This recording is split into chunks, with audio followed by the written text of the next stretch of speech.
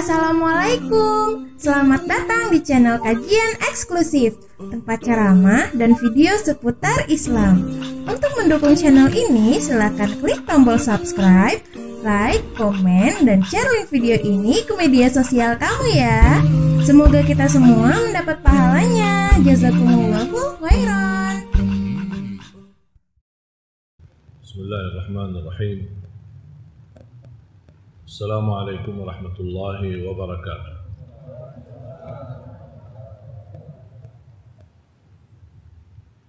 Alhamdulillahi rabbil alamin. Ashhadu an la ilaha illallah wahdahu la syarika lahu waliyus salihin. Wa ashhadu anna sayyidana wa nabiyyana Muhammadan abduhu wa rasuluhu as-sadiqul amin. Allahumma salli wa sallim wa barik ala sayyidina Muhammad wa ala alihi wa sahbihi wa man tabi'ahum bi ihsanin ila yaumiddin. Subhanaka la ilma lana illa ma 'allamtana innaka antal alimul hakim. Alhamdulillah wa syukrillah.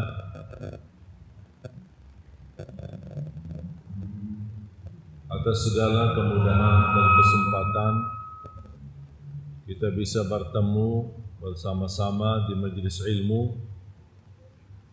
Mudah-mudahan pertemuan ini menjadi pertemuan yang berkah, ilmu yang sama-sama kita belajari mudah-mudahan menjadi ilmu bermanfaat dan kita mampu mengamalkannya dan mudah-mudahan diterima di sisi Allah Subhanahu wa taala.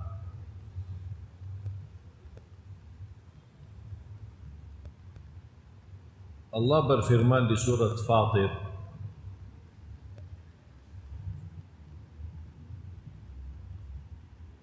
di ayat 29 dan 30.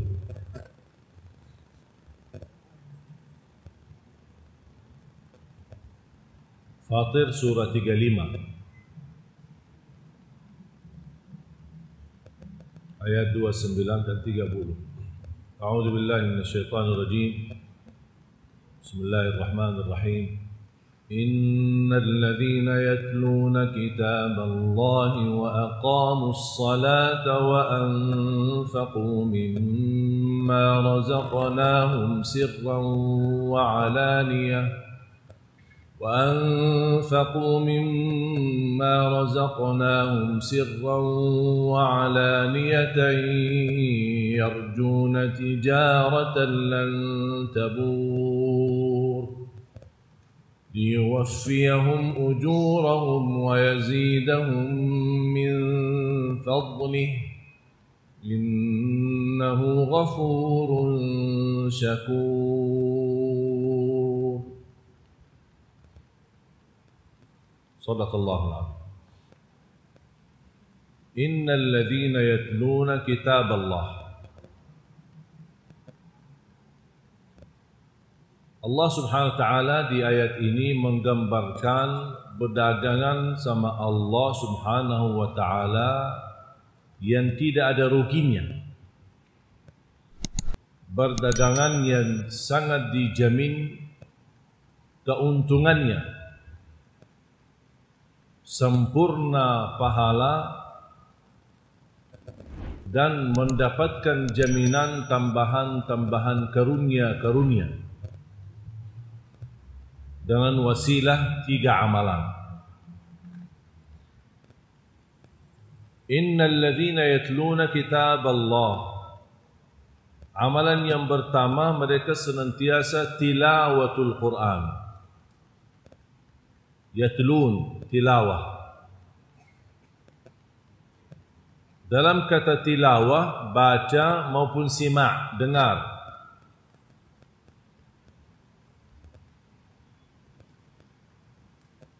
Dan kata yatlun beda sama tala. Kalau kata tala sudah tilawah dan tidak ada lagi. Tapi kata yatlun terus menerus tilawah, tidak pernah terputus.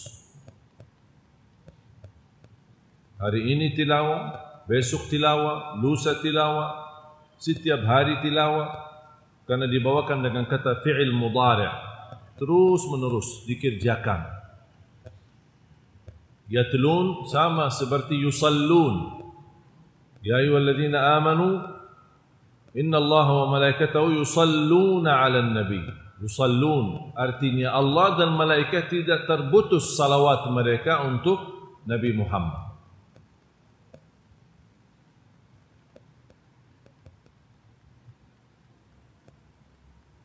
Satu-satunya ibadah yang dihitung dari huruf, bukan dari segi amalan, tapi hurufnya, adalah baca Al-Quran. Hitungan berhuruf, bukan hitungan beramal. Bismillahirrahmanirrahim, 19 huruf dikali 10, 190. Dalam kita baca Bismillahirrahmanirrahim sudah dapat dicatat oleh malaikat 190 kebaikan sebagai pahala. Alif Lam Mim, kalimah yang singkat, tidak panjang, tapi hitungannya berhuruf, bukan berkalimat. Sampai kata Rasulullah SAW, La aqulu alif lam mim harf. Alif lam mim harf, alif lam mim bukan satu huruf, tapi alif satu huruf, lam satu huruf, mim satu huruf. Hanya ucapkan alif lam mim 30 kebaikan.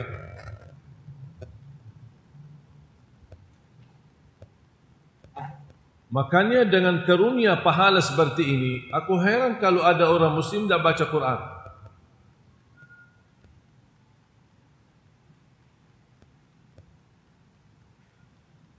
Kalau disuruh baca buku, nanti ada kuis. Habis selesai baca buku, ada beberapa kuis pertanyaan. Kalau bisa jawab, jawabannya ada di dalam buku ini, akan dapat hadiah 1 juta. Kira-kira berapa kali khatam buku itu? Karena dia syarat untuk mengikuti kuis harus bisa baca buku. Kalau tidak bisa baca bukunya, tidak bisa jawab pertanyaan. Karena pertanyaan yang akan diajarkan atau diadakan yang disampaikan adalah sama, jawabannya ada di dalam buku tersebut. Dan kita tidak bisa buka lagi pas di waktu kuisnya, tidak bisa dibuka lagi bukunya. Semangat enggak untuk baca buku itu? Kenapa? Kenapa semangat? Karena yang difikirkan bukan berhasil atau tidak berhasil, tapi yang difikirkan 1 juta. Saya mau baca buku ini, barangkali ikhtiar, kemungkinan besar saya dapat 1 juta. Wajar enggak pemikiran seperti ini? Wajar? Kemungkinan belum pasti. Bisa dapat, kalau menang, kalau tidak menang tidak dapat. Tapi kalau baca Quran, tidak ada kemungkinan, pasti dapat. Tapi malas baca.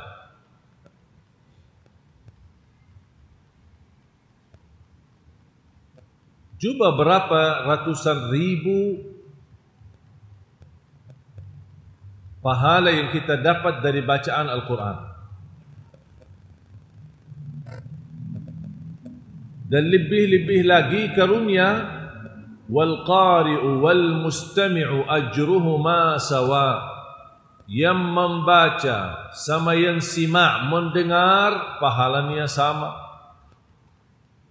Berarti tidak ada alasan lagi tidak bisa baca Quran. Yang tidak bisa baca masih meraih pahala yang sama melalui telinga dengar. Masa juga susah mendengar? Masa sih susah setelkan murattal di YouTube sambil buka Al-Quran dan ikuti bacaan tilawah qari, imam. Alhamdulillah sekarang HP dan teknologi baru, kita bisa download Al-Quran 30 juz, aplikasinya Dan sekarang berbagai macam aplikasi Al-Quran. Ada yang bagi warna-warni, ada yang bagi tajwid, ada yang bagi suara qari. Dan kita tidak perlu setelkan qari'nya di awal sampai akhir. Tinggal milih, mau ayat ini, bencet ayatnya, keluar suara qari'nya. Bahkan qari'nya masih ada pilihan. Mau yang mana?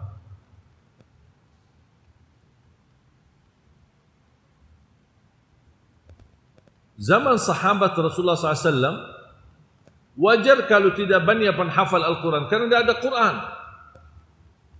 Mereka bisa hafal hanya sekali mendengar dari Rasulullah SAW. Rasulullah SAW terima wahyu, sampaikan kepada sahabat. Sahabat hafal. Yang belum hafal, dia tuliskan ayatnya yang turunnya bertahap-tahap. Tuliskan ayat di kulit unta atau kulit kambing. Dah ada Quran, dah ada kertas, dah ada HP, bisa fotokopi, bisa foto ayatnya, bisa foto halamannya, dah ada.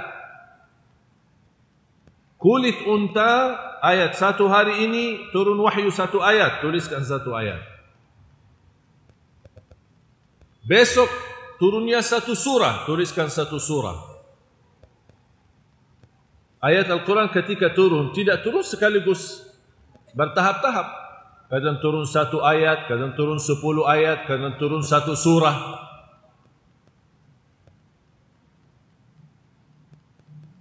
Dan ketika turunnya ayat, dan setiap turunnya ayat, Rasulullah SAW yang menarahkan, letakkan ayat ini di sini, letakkan ayat ini di depan ini, letakkan ayat ini di belakang ini, letakkan ayat ini di awal, letakkan surah ini di belakang. Rasul yang makanya tersusun seperti ini yang kita lihat sekarang. Dan susunan ini dijaga oleh Allah. Pernah enggak Anda lihat Quran diawali dengan suratul Nas, diakhiri suratul Fatihah? Ada enggak Quran seperti itu? Tak ada. Karena susunan ini waqfiyah. Waqfiyah tidak boleh ijtihad. Sudah ada nas yang menentukannya adalah Allah dan Rasulnya, dan kita tidak bisa rubah. Dan Allah janji akan menjaganya. Jadi Al-Quran terjaga susunannya, tulisannya, hurufnya, tajwidnya, panjang pendeknya, wakaf ibtida'nya, berbagai macam percetakan Al-Quran tetap dijaga.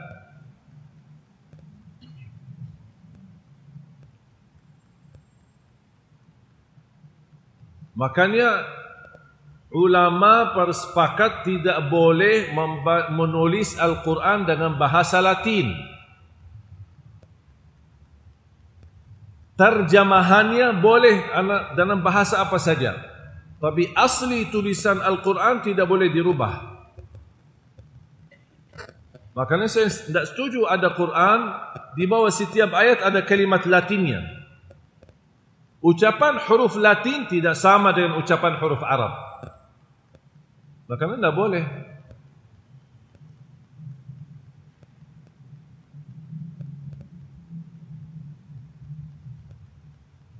Ayat yang pertama yang Allah turunkan kepada Nabi Muhammad SAW adalah Iqra. Bacalah. Kita umat baca. Kata Iqra, bacalah. Tapi di Indonesia lebih dari 54% tidak bisa baca Quran. Padahal umat terbesar di dunia penduduk Islam, dan umat terbesar di dunia tidak bisa baca Quran.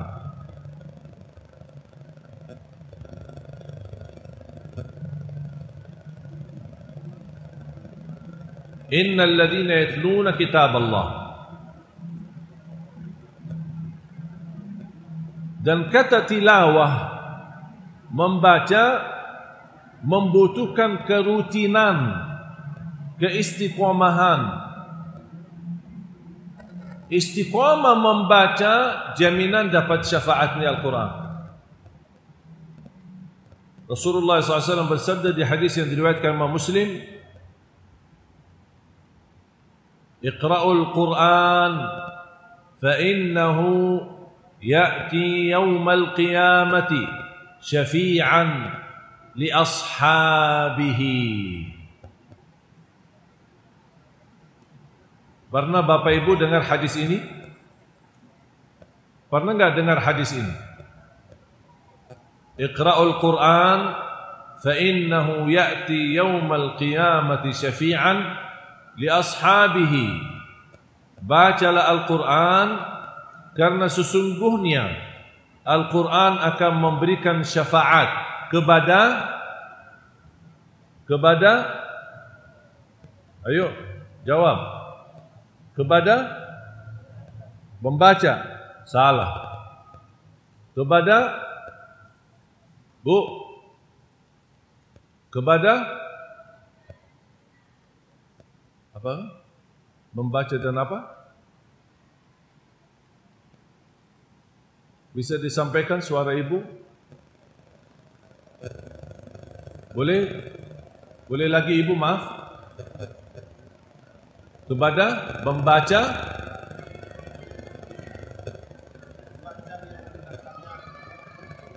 dan mendengarkannya. Masih kurang, belum.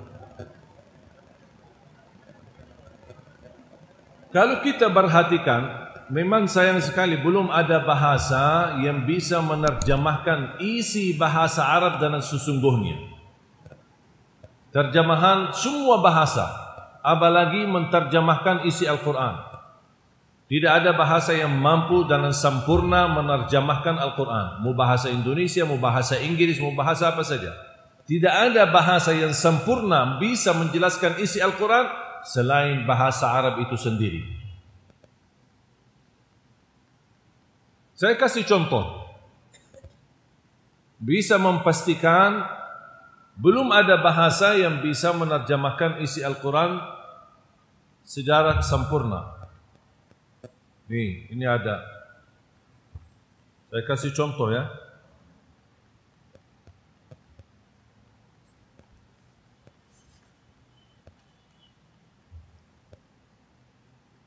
Suratul Waqi'ah. Kalau ada yang bawa Quran atau bawa aplikasi, coba buka ayatnya. Suratul Waqi'ah ayat 77.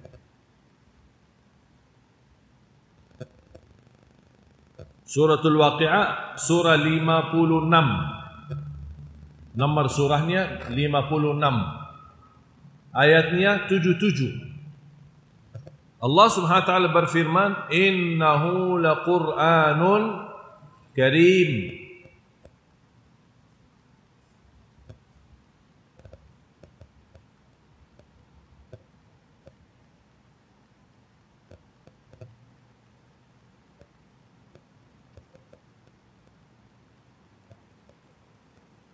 Dan sini terjemahannya. Dan ini sesungguhnya Al-Quran yang sangat mulia. Dah habis. Dah ada lagi. Sesungguhnya Al-Quran sangat mulia. Dan saya pernah coba buka berbagai macam terjemahan dari beberapa Quran, hampir sama. Sesungguhnya Al-Quran sangat mulia. Sesungguhnya Al-Quran mulia. Sesungguhnya Al-Quran amat mulia. Sesungguhnya Al-Quran bacaannya mulia. Sama. Tidak memberikan makna yang inti daripada innahu laqur'anun karim. Ini baru separuh makna. Ini separuh makna. Innahu laqur'anun karim, kita percaya dan yakin Al-Quran itu sangat mulia. Mohon maaf kalau Al-Quran sangat mulia, buat kita apa? Apa manfaatnya buat kita? Kalau Al-Quran itu mulia, itu kan buat Al-Quran. Quran itu sendiri mulia, terus buat saya apa? Apa manfaatnya buat saya kalau Al-Quran itu sendiri mulia? Makanya kalau kita kembalikan kepada bahasa Arabnya yang lebih sempurna, innahu laqur'anun karim, sesungguhnya Al-Quran sangat mulia dan memberikan kemuliaan. Salah satu kata memberikan kemuliaan, ya hadis yang diriwayatkan Muslim tadi. Bacalah Al-Quran, karena sesungguhnya Al-Quran memberikan syafaat bukan kepada pembaca, tapi ujung hadisnya ditulis kata li ashabihi, yang bersahabat sama Al-Quran, bukan kepada orang yang membaca. Mohon maaf, ada orang munafik baca Quran, dia tidak mungkin dapat syafaatnya Quran. Beda sama orang yang menjadikan Al-Quran sahabatnya, teman sejatinya, teman dekat. Makanya ada kata Al-Quran temanku. Al-Quran temanku. Lagi galau, baca Quran. Stres, baca Quran. Sehat, baca Quran. Sakit, baca Quran. Dimanapun berada, baca Al-Quran. Selalu bersama Al-Quran. Kalau lewat satu hari tidak baca Al-Quran, merasa kehilangan sesuatu. Sama ketika punya teman dekat, kalau satu hari tidak kontak, terasa gimana? Ada enggak bapak ibu punya teman akrab? Pasti ada, tidak mungkin orang tidak ada. Dari sekian banyak yang kita kenal, pasti walaupun satu bisa dikatakan ini teman saya dekat, teman akrab. Ini teman akrab, kalau satu hari lewat tidak ditelepon atau dia tidak telepon, pasti kehilangan sesuatu. Kita cari. Telepon berkali-kali, off HP-nya, tidak aktif. Kita ke rumahnya, kita cari. Ini teman dekat, kesayangan saya. Saya cinta dia karena Allah. Kalau saya punya masalah, ke situ saya pergi. Kalau saya lagi galau, saya hubungi dia. Kalau saya lagi punya hajat, saya bicara sama dia. Kalau saya ingin curhat, saya sampaikan kepada dia. Betul enggak? Teman, kalau ada orang memilih teman akrab, berarti teman itu dipercaya.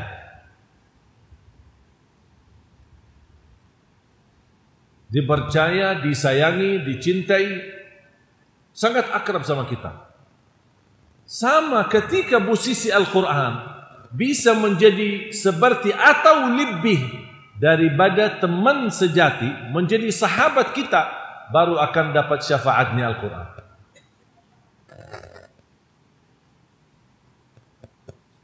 Paham bu? Sejauh mana dekat kita sama Al-Quran? Coba tanya diri, berapa kali khatam Al-Quran? Umur anda berapa? 20? 30? 40? 60? Tanya diri, sudah berapa kali khatam Al-Quran? Kalau memang Al-Quran itu bagi kita sangat berharga, bagi kita adalah imam, bagi kita adalah berlindung, bagi kita adalah penyembuh, bagi kita adalah membawa keselamatan dunia akhirat, berapa kali kamu khatam? Berapa kali? Dari jumlah khataman Al-Quran akan ketahuan hubunganmu sama Al-Quran.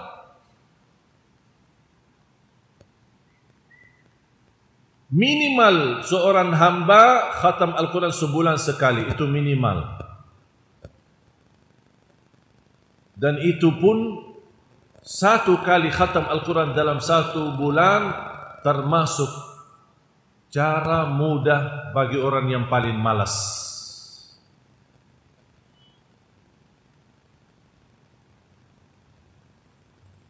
Saya kasih metode mudah khatam Al-Quran. Satu hari satu juz, 30 hari 30 juz. Setuju?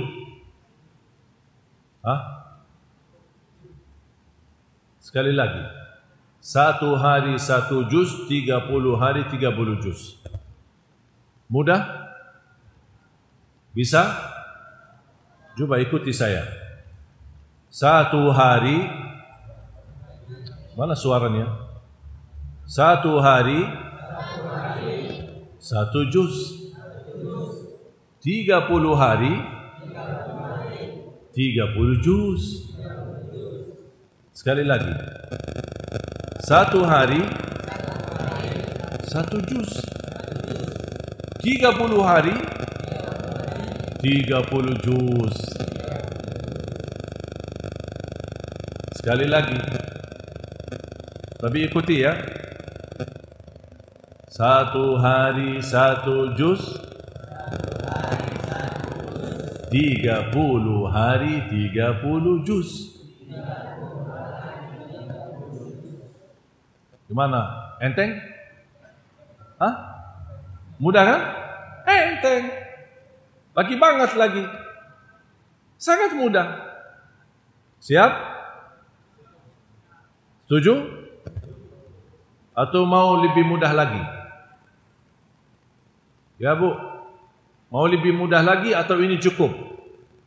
Satu hari satu juz, 30 hari 30 juz. Setuju? Masih mau lebih mudah lagi? Masih? Mau? Oh ya, memang mau orang Indonesia. Saya selama di Indonesia sudah 12 tahun saya belajar. Orang Indonesia tidak suka ribet.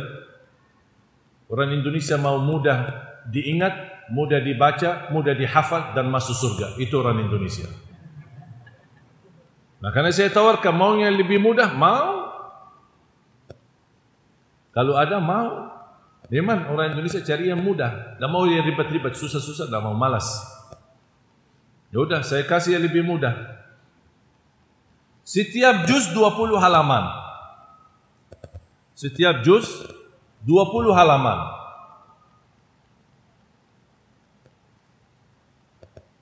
Setiap waktu salat baca 4 halaman. 4 halaman berarti berapa lembar? 2. Satu lembar halaman belakang, halaman depan. Setiap waktu salat 4 halaman. Tidak apa-apa. InsyaAllah masuk surga tapi cicilan. Karena kamu bayar cicilan, kamu masuk surga cicilan. Boleh menyicil, tidak masalah. Tidak harus tunai. Bisa dicicil, juz. Dibagi. Setiap waktu salat 4 halaman. 4 kali 5 waktu. Berapa? 20. Sudah selesai 1 juz. Waktu subuh 4 halaman. Waktu zuhur 4 halaman. Waktu asar 4 halaman. Waktu maghrib 4 halaman. Terakhir waktu isya 4 halaman. Tamat 1 juz.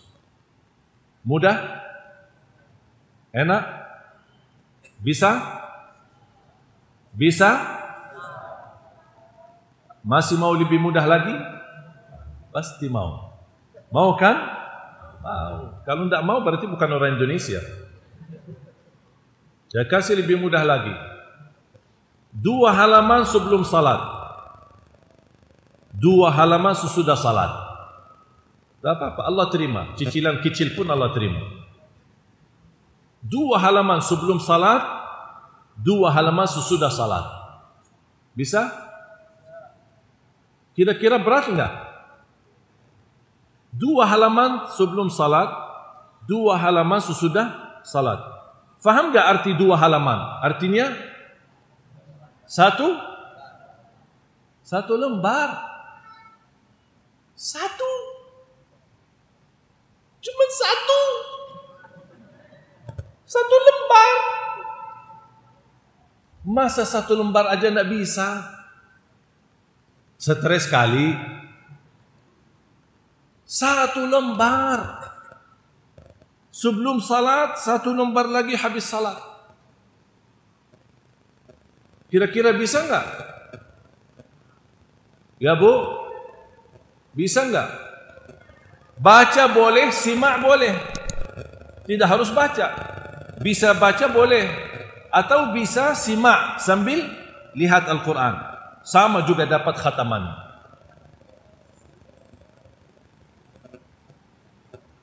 Tahu enggak Bapak Ibu? Tahu enggak masalah yang membuat kita susah khatam?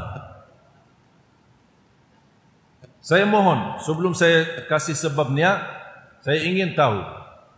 kira-kira khatam Al-Quran itu bagi Bapak Ibu mudah atau susah? Yang berkata mudah, angkat tangan. Ya Bu, yang bilang mudah, angkat tangan. 1, 2, 3, 4, 5, 6, 7, 8.